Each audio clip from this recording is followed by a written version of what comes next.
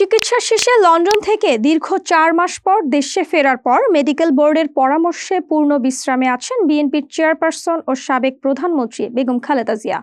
প্রতিদিন নিয়মিত খালেদা জিয়ার স্বাস্থ্যের ফলো আপ করছেন চিকিৎসকরা।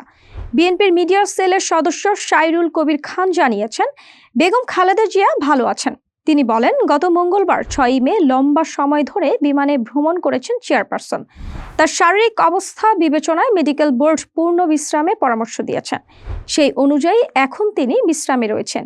চিকিৎসকরা রুটিন করে বাসায় গিয়ে বেগম খালেদা জিয়ার স্বাস্থ্য পরীক্ষা করে আসছেন।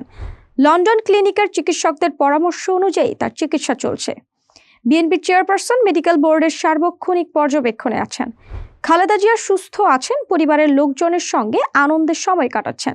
বিএনপি নির্ভরযোগ্য সূত্রে জানা যায়, বেগম খালেদা জিয়া বেশ ফুরফুরে মেজাজে আছেন।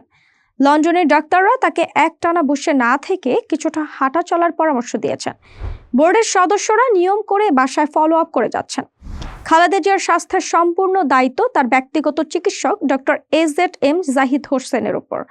চিকিৎসকদের পরামর্শে বাসায় তৈরি খাবার খাচ্ছেন বেগম খালেদা জিয়া। এর আগে যুক্তরাজ্যে 4 মাস চিকিৎসা শেষে 6 মে দুপুরে ঢাকায় ফেরেন সাবেক প্রধানমন্ত্রী খালেদা জিয়া। খালেদা জিয়ার সঙ্গে দেশে এসেছেন তার 2 পুত্রবধূ ডক্টর জুবাইদা রহমান ও সৈয়দা শর্মিলা রহমান। বিমানবন্দর থেকে তিনি নেতাকর্মী ও বিভিন্ন শ্রেণী পেশার সাধারণ মানুষের শুভেচ্ছায় সিক্ত হয়ে গুলশানের বাসভবন ফিরোজায় যান।